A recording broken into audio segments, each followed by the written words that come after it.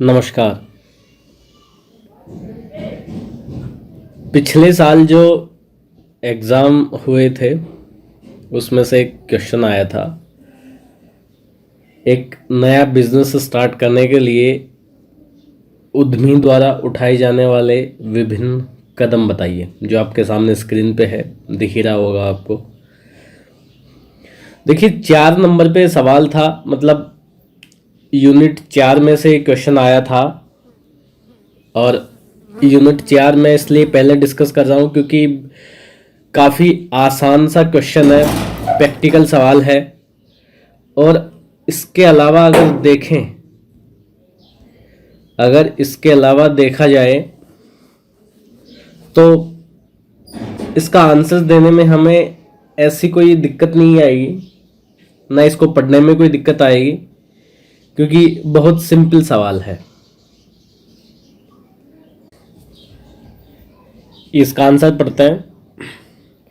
देखिए, अब अभी तक अपने को ये लगता होगा या हमने देखा होगा अपने आसपास के माहौल में, या कोई बिजनेसमैन जो हैं हमने उनको देखा होगा, तो उनको देख के ये लगता होगा कि बिजनेस स्टार्ट करने के लिए कुछ खास मेहनत करनी नहीं होती, खाली पैसा लगाते हैं, इक्विपमेंट खरीदते हैं, प्रोडक्शन चालू कर देते हैं, प्रोडक्ट की सेल परचेज कर देते हैं, बस हो गया।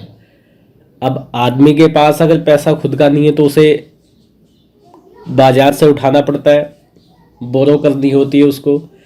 बट क्या इतना सा आसान है? क्या जो डेफिनेशन अभी हमने दी है, जो बातें अभी तक अपन ने की है, क्या इतना सा है? अगर ऐसा ही अगर होता तो सबसे आसान चीज हो जाती बिजनेस को स्टार्ट करना, तो शायद कोई भी ऐसा बिजनेस भारत में कोई फ्लॉप होने के कगार पे होता ही ना। क्या हमको ऐसा ही लिखना है एग्जाम में? ये तो सही आंसर नहीं है। तो हम इसके सही आंसर की बात करेंगे, जो हमको एग्जाम में लिखना है, जिसका आंसर हमको देना है। तो देखिए, पहली बात तो ये हमने आपको पहले ही बताया था कि आपको पॉइंट टू पॉइंट बात करनी है। इसमें कुछ 7 पॉइंट हैं जो आपको दिख रहे होंगे, सामने हैं आपके। ये 7 पॉइंट आपको लिखने हैं, इनको बता मैं दूंगा आगे। और इन 7 पॉइंट्स में आपको डिटेल देनी होगी कि हम इसमें लिखे क्या। जो मैंने आपको बताया, ये आसान तरीका जो था, जो हम सोचते हैं, लेकिन ऐसा बिल्कुल नहीं होता। काफ़ी सारी चीज़ें होती हैं एक बिजनेस को स्टार्ट करने के लिए, वो हमको देखनी होंगी, पढ़नी होंगी हमको। तो इसमें फर्स्ट पॉइंट आता है अवसरों की खोज, आइडेंटिफिकेशन ऑफ अपॉर्चुनिटीज। अब ये क्या है? एक बिजनेस में अपॉर्चुनिटीज क्या होती हैं?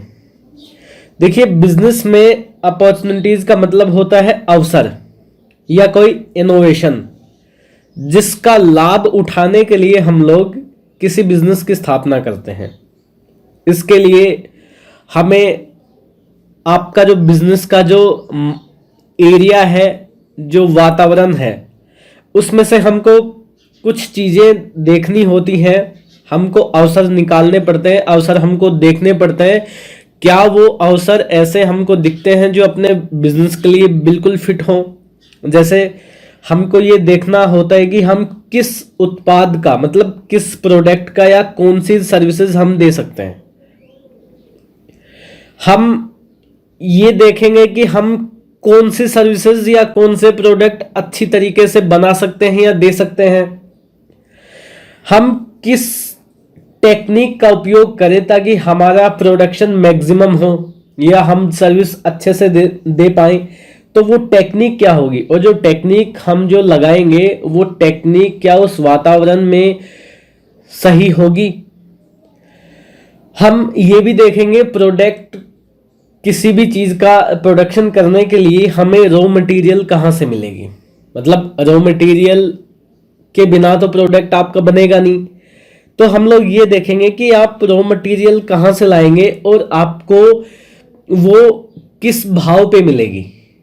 क्योंकि हर एक प्रोडक्ट की एक सीमा होती है कि इससे ज़्यादा आप बेच नहीं सकते, या आप अगर बेचने की कोशिश भी अगर आप करोगे तो वो बिकेगा नहीं मार्केट में। लेकिन अब डिपेंड करता है कि उसका रॉ मटेरियल आपको किस भाव पे मिलेगा। तो इसके बाद पॉइंट आता है कि आपके प्रोडक्ट या सर्विसेज के लिए बाजार कौन सा होगा। ये सबसे महत्वपूर्ण पॉइंट है, हम इसकी डिटेल में बात करेंगे। इससे पहले मैं आपको एक एग्जांपल दे देता हूं। आप मान लीजिए अगर आप पिज़्ज़ा हट या बर्गर किंग या इनके जैसी और भी अगर कोई ऐसे बिजनेस है, अगर आप उन बिजनेस को गांव में इस्टेब्लिश करते हैं, अगर आप इन सब चीज़ों को गांव में लेके आते हैं, तो क्या ये चलेंगे? क्या प्रॉफिट अर्न करेंगे? शायद ये प्रॉफिट अर्न नहीं कर पाएंगे, क्योंकि गांव में इतना ज्यादा पैसा नहीं है। और अगर इन चीजों को अगर आप किसी शहर में अगर इस्टेब्लिश अगर करते हैं तो वहां ये चलेंगे, क्योंकि वहां लोगों के पास पैसा होता है, लोगों की परचेजिंग पावर अच्छी होती है। गांव में लोगों की परचेजिंग पावर अच्छी नहीं होती। कारण क्या है? कारण है कि गांव में लोगों के पास पैसा नहीं है। उसका कारण यह है कि गांव में लोगों के पास रोजगार नहीं है। तो हमें डिसाइड करना पड़ेगा। अब मान लीजिए अगर ऐसी कोई कंपनी अगर आती है, अगर आप ऐसा कोई बिजनेस अगर स्टार्ट करना चाहते हैं, तो आप बाजार देखेंगे कि आपके लिए कौन सा बाजार होगा। ये बाजार गांव में, शहर में, या किसी पर्टिकुलर जगह से, या किसी स्टेट से। तो आप ये देखेंगे कि आप जो प्रोडक्ट बेचने वाले हैं उसकी डिमांड सबसे ज्यादा कहां होगी, आपको प्रॉफिट कहां से सबसे ज्यादा अर्न होगा, वो जगह हम देखेंगे। इसके लिए हम ये भी देखेंगे कि आप जो प्रोडक्ट बेचने वाले हैं वो प्रोडक्ट बिकेंगे कैसे। मतलब इसके लिए आपको मीडिएटर की आवश्यकता होगी, इसके लिए आपको एडवर्टाइजमेंट भी करवाने होंगे। ये सारी चीजें आपको देखनी होंगी जब आप कोई बिजनेस स्टार्ट करेंगे। इसके बाद अपना जो इसमें लास्ट पॉइंट है वो ये होगा कि आप किसको कंपटीशन दे रहे हैं। आप जो प्रोडक्ट जो बाजार में लेके आ रहे हैं, क्या ऑलरेडी उसकी सप्लाई बाजार में हो रही है? मान लीजिए आप कोई प्रोडक्ट बनाने वाले हैं और बेचने वाले हैं, आपने किसी बाजार का भी चयन किया है कि हमको अपना प्रोडक्ट इस बाजार में उतारना है, बट आपको ये देखना होगा कि उस बाजार में आपके जैसा प्रोडक्ट पहले से ही बिक रहा है। अगर ऐसा होगा तो आपके ग्रोथ के चांसेस हो सकता है थोड़े से कम हो। तो आपको क्वालिटी मेंटेन करनी होगी। उस केस में आपको अपनी कीमतों में भी आपकी जो कीमत है उनमें भी कमी लानी होगी। कुल मिला के बात यह है कि वहां आपको कंपटीशन देने वाले होंगे, तो उस कंपटीशन को कम करने के लिए या कंपटीशन को फाइट करने के लिए आपको ये अलग से कदम उठाने पड़ते हैं। तो ये सब बातें भी हम देखेंगे। अब इसके बाद जो है अपना अगला पॉइंट आता है वो है अवसरों का विश्लेषण एवं मूल्यांकन करना। आपके पास अवसर आपने देख लिए कि आप क्या क्या कर सकते हैं। अवसर में देखिए आपको 2-3 चीजों का ध्यान में रखना है। बेसिकली आपको देखना क्या है कि आपके पास अपॉर्चुनिटीज कौन कौन सी हैं, कौन सा प्रोडक्ट आप बना सकते हैं, कौन सा प्रोडक्ट या कौन सी सर्विसेज आप दे सकते हैं। इसके अलावा आपका बाजार क्या होगा, प्रोडक्ट क्या होगा, डिमांड क्या होगी, और आप उसके लिए आपके पास कोई कंपटीटर है कि नहीं है। तो ये सब बातें आपको इस फर्स्ट पॉइंट पे लिखनी है। अच्छा, सेकंड पॉइंट अपना आता है अवसरों का विश्लेषण एवं मूल्यांकन। देखिए अभी आपने जो देखा है, अभी आपने जो पढ़ा है, इसके बाद इन अपॉर्चुनिटीज का हमको विश्लेषण करना होता है। क्या हमने जो देखा है क्या ये सही है? अवसरों का विश्लेषण और मूल्यांकन हम इस तरीके से कर सकते हैं। जैसे हमको सबसे पहले ये देखना होगा कि आपको जो अपॉर्चुनिटीज जो मिली हैं, आपको जो अवसर मिले हैं, वो कब तक आपको मिलेंगे, मतलब उनका टाइम पीरियड क्या है, कब तक आप उनका बेनिफिट ले सकते हैं। सबसे पहली बात आपको ये देखनी होती है।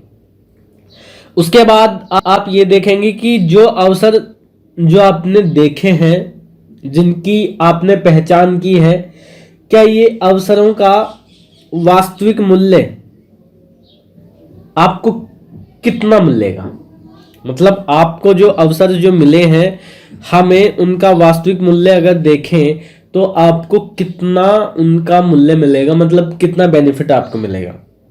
इसके बाद हम ये चेक करेंगे कि बाजार में मांग कितनी है। आप जो प्रोडक्ट बाजार में बेच रहे हो उसकी मांग कितनी है, बाजार की साइज क्या है। अब मान लीजिए कि आपका जो बाजार है उसकी साइज कम है, लेकिन उस प्रोडक्ट को बनाने में लागत ज्यादा आएगी, या फिर हम ये भी कह सकते हैं कि उस प्रोडक्ट को बनाने में या उस व्यापार को इस्टेब्लिश करने में बहुत ज़्यादा पैसा लगेगा, जिससे आपको लगता है कि ये शायद रिकवर होगा ही नहीं। तो उस केस में ये अवसर फिर आपके लिए सही नहीं होगा। इसके बाद हम ये देखेंगे कि आपको जो रिसोर्सेज जो मिलेंगे वो आपको कब तक मिलेंगे और कितने कितने मिलेंगे। जैसे मान लीजिए अगर आप अपना बिजनेस अगर स्टार्ट करना चाहते हैं तो इसके लिए देखिए आपको कैपिटल की भी आवश्यकता होगी, आपको रॉ मटेरियल की भी आवश्यकता होगी, मशीन की भी आवश्यकता होगी, लेबर की भी आवश्यकता होगी। तो क्या ये आपको सही रूप में उपलब्ध होंगे? तो ये सब बातें भी हमको इसमें देखनी होंगी। उसके बाद में आप ये भी देखेंगे कि आप जो ऐसा करने जा रहे हैं, आपको जो अपॉर्चुनिटी जो मिली है, आपको बिजनेस स्टार्ट करने के लिए जो आपने सोचा है उसमें रिस्क कितना है। ये सबसे बड़ा फैक्टर है इसमें। आपको ये देखना होगा कि आपके पास रिस्क कितना है और आपने कितनी कैपिटल लगा दी है। उसके बाद हम देखेंगे कि आपके बिजनेस में कंपटीशन कितना है। ये सबसे बड़ा पॉइंट है इसमें, क्योंकि अगर आपके बिजनेस में कंपटीशन ज्यादा है तो आपको कुछ अलग चीज करनी होगी। आपको अपने बिजनेस में इनोवेशन तो करने होंगे, साथ के साथ आपको कंपटीशन को फाइट करने के लिए कुछ महत्वपूर्ण कदम उठाने होंगे। तो इसके लिए आपको अपनी प्रोडक्ट की क्वालिटी भी सुधारनी होगी, कुछ अलग देने की कोशिश करेंगे। जब बिजनेस में जब आप अपने कस्टमर को कुछ अलग जब आप कुछ देंगे तभी आप कंपटीशन को फाइट कर सकते हैं। और भी इसमें कई सारी चीजें आती हैं। देखिए इसके बाद तीसरा पॉइंट अपना आता है प्रारंभिक तैयारी करना। हम देखिए पहला पॉइंट हम लोग पढ़ चुके हैं, हम दूसरा पॉइंट भी पढ़ चुके हैं, अब हम लोग ये तीसरा पॉइंट पढ़ने जा रहे हैं, प्रारंभिक तैयारी करना। आपने अवसरों की खोज की, उसके बाद आपने अवसरों का विश्लेषण भी किया। अब आपको बिजनेस स्टार्ट करने के लिए कुछ प्रारंभिक काम करने होंगे। अब वो काम कौन कौन से होंगे हम उसकी बात करेंगे। देखिए सबसे पहले आपको अपने बिजनेस के उद्देश्य सेट करने होंगे। आपको क्या काम करना है, क्या आपके उद्देश्य हैं, ठीक है। ये सारी चीजें आपको पहले ही निर्धारित करनी होंगी। उसके बाद आपको ये देखना होगा कि आप कौन से प्रोडक्ट बनाएंगे या बेचेंगे या फिर कौन सी सर्विसेज आप देंगे। तो इनका आपको पहले से ही चयन करना होगा। आपके पास ये होना चाहिए कि आप कौन सा प्रोडक्ट बेचने वाले हैं, बनाने वाले हैं और कौन से सर्विसेज आप देने वाले हैं। इसके बाद में आप देखेंगे कि आप जो बिजनेस बनाने जा रहे हैं, जो व्यवसाय आप करने जा रहे हैं, उसका आकार क्या होगा। अब आपके बिजनेस का आकार छोटा भी हो सकता है और बड़ा भी हो सकता है, और इसे हम इसे ये भी बोल सकते हैं कि आप जो है अपने बिजनेस का प्रारूप क्या रखेंगे। जैसे आप सोल प्रोप्राइटर बनेंगे, आप अपने बिजनेस का पार्टनरशिप एक्ट में रजिस्ट्रेशन करवाएंगे आप कंपनीज के रूप में, तो ये सारी बातें इसमें आएंगी। ठीक है, इसके बाद अपना जो मेन पॉइंट जो था, उस मेन पॉइंट की चर्चा हम लोग कर चुके हैं पहले से ही। इसी तीसरे पॉइंट में एक चीज और भी आती है, वो है, बता देता हूं मैं आपको, इसी पॉइंट में एक चीज और भी आएगी कि आपको स्थान का भी निर्धारण करना होगा। स्थान का निर्धारण ये करना होगा कि आप किस जगह अपना माल बेचेंगे, आप किस जगह अपना सामान या अपना प्रोडक्ट बनाएंगे, वो चीजें भी आपको देखनी होंगी। तो इसके लिए हम ऐसी जगह का चुनाव करते हैं अपनी फैक्ट्री के लिए जहां से उसके प्रोडक्शन की लागत कम आए। हम ऐसी जगह का चुनाव करेंगे जहां पे लेबर चार्जेस कम हो, जहां आपको रॉ मटेरियल सस्ता मिले, जहां ट्रांसपोर्ट की फैसिलिटी हो। तो ये सब चीजें हम लोग देखेंगे कि आपके पास ये सारी बातें जो है हमें पहले से ही डिसाइड करनी होती हैं।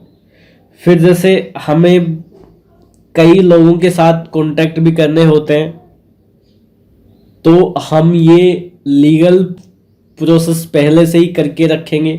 आपको जो कानूनी कार्रवाई जो भी करनी होंगी वो पहले से ही आपको ये सारी बातें देखनी होंगी। अब पॉइंट नंबर 4 आता है, मैं पॉइंट नंबर 4 की बात कर रहा हूं, व्यावसायिक योजना का निर्माण।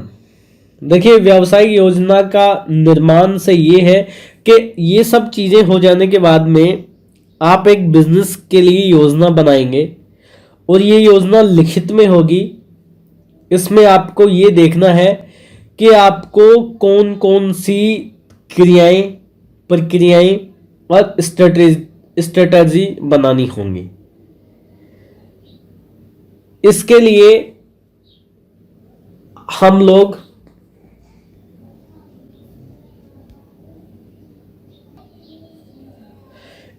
कुछ योजनाएं बनाएंगी।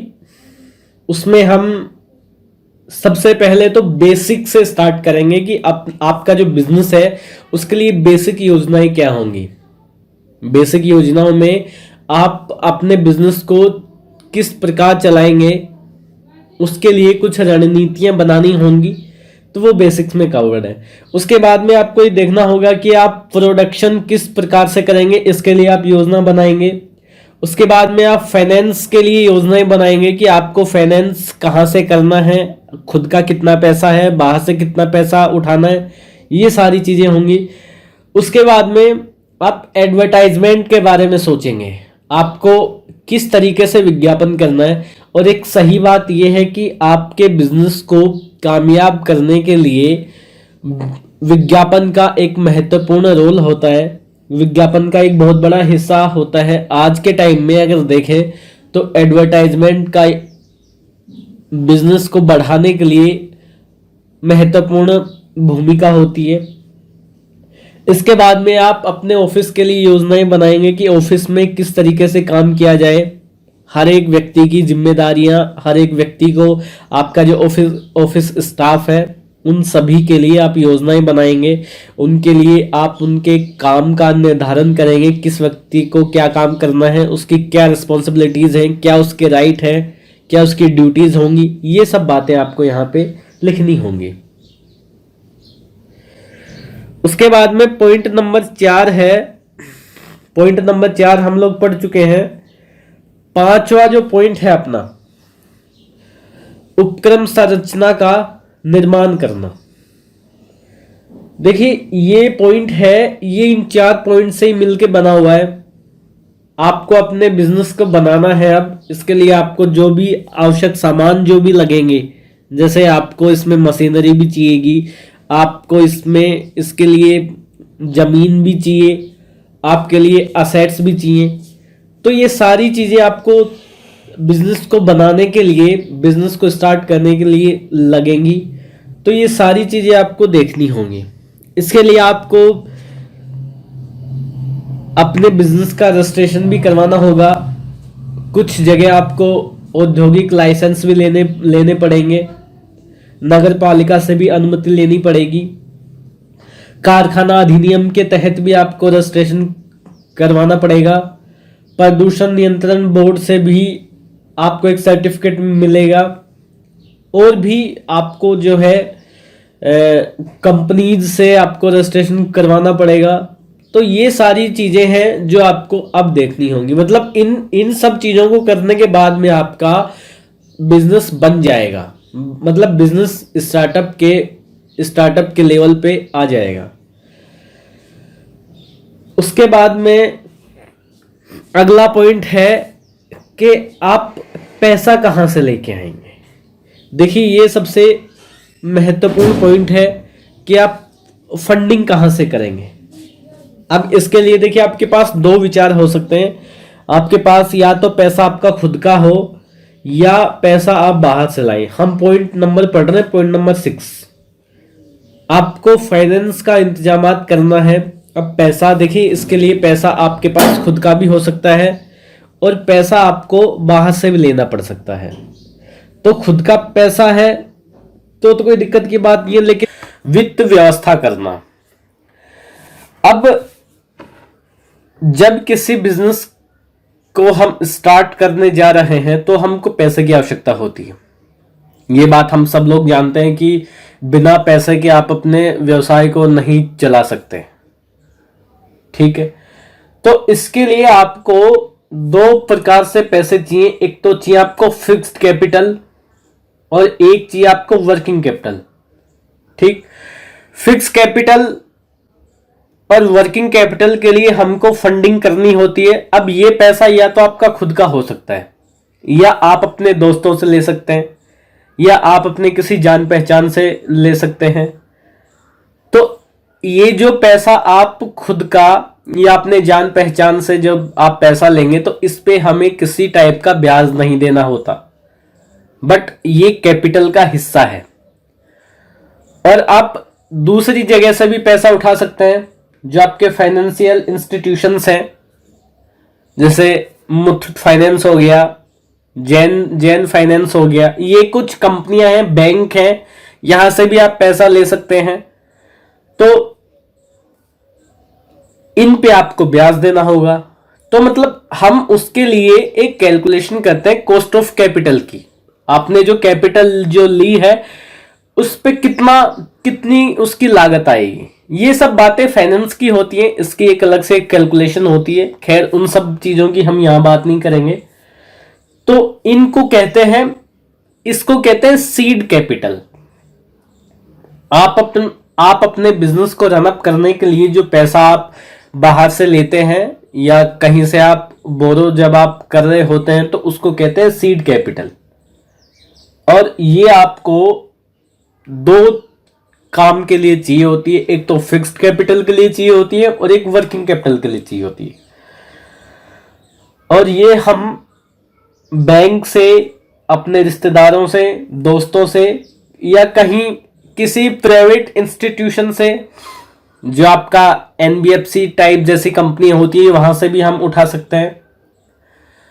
अब दूसरा पॉइंट इसमें यह आता है कि अगर आपका बिजनेस कंपनी के रूप में है, अगर आपका बिजनेस कंपनी के रूप में है तो कंपनी को जो है बाहर से पैसा लेने के लिए या कंपनी को कैपिटल बढ़ाने के लिए शेयर इशू करने होते हैं।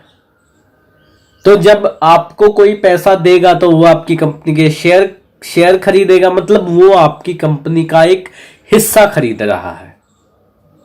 तो कंपनी शेयर इशू करके पैसा उठा सकती है, या कंपनी किसी से लोन ले सकती है, कंपनी डिबेंचर इशू कर सकती है, कंपनी बॉन्ड्स इशू कर सकती है, तो कंपनी इन सब चीजों से भी पैसा उठा सकती है।